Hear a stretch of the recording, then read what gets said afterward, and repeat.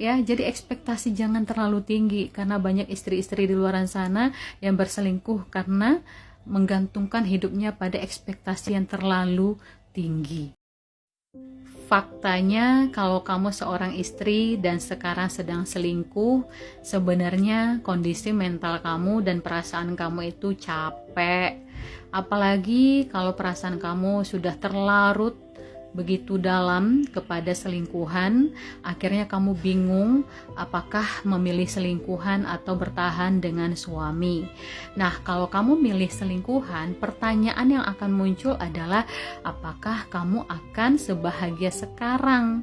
Apakah kebahagiaan itu akan lama dengan selingkuhan itu? Seandainya nanti enggak dan berubah, akhirnya kamu ragu lagi. Nah, satu sisi kamu bertahan dengan suami, tapi perasaan kamu udah terikat dengan selingkuhan. Akhirnya kamu menjalani rumah tangga terasa hampa. Perasaan kamu pun pada suami sudah hilang. Akhirnya kamu merasa sia-sia dong jalanin rumah tangga begitu. Jadi apa yang kamu rasakan, yang kamu alami, kamu hidup dalam ketidaktenangan, kamu hidup dalam kebingungan. Lama-kelamaan kamu bisa mengalami sakit mental. Nah, orang-orang yang hidupnya tenang karena dia bisa tegas dalam hidupnya. Hitam-hitam, putih-putih.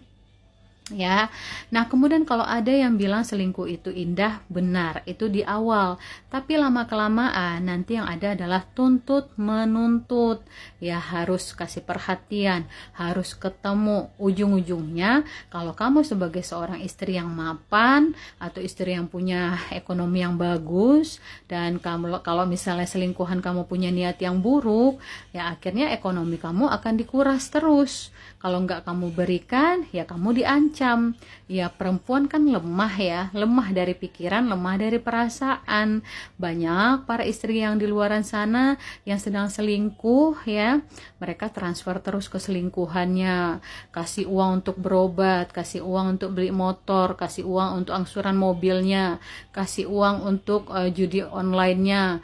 Banyak, mereka udah tahu, bahkan ada yang selingkuhannya itu punya perangai yang buruk tapi tetap diteruskan karena berada dalam intimidasi. Ada juga yang lanjut, misalnya selingkuhannya yang memberikan nafkah ke dia, maksudnya memberikan kebutuhan yang dia suka, diberikan uang, dibelanjakan ini dan itu. Nah, akhirnya terbuai akan hal itu, dan suaminya juga bagi dia tidak punya nilai apapun, ujung-ujungnya pengen ninggalin suaminya.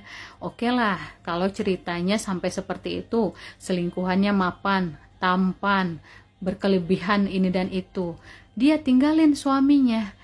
Oke lah, 1, 2, 3 tahun, iya aman, senang, sejahtera.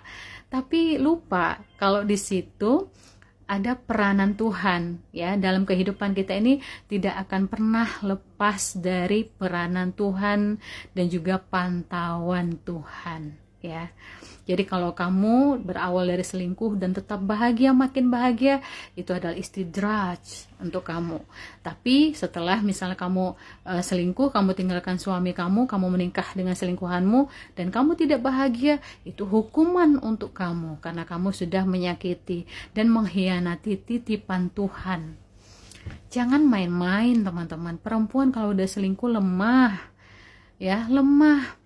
Mulai sekarang cut off itu semua.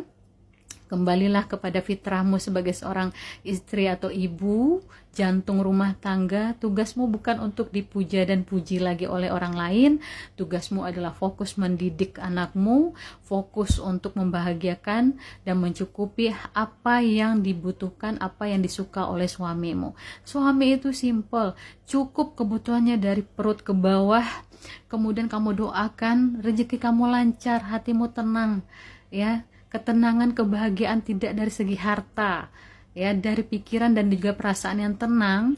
Rezeki itu cukup untuk kamu, suami dan anak-anak, itu aja sudah alhamdulillah ya. Jadi ekspektasi jangan terlalu tinggi karena banyak istri-istri di luar sana yang berselingkuh karena menggantungkan hidupnya pada ekspektasi yang terlalu tinggi.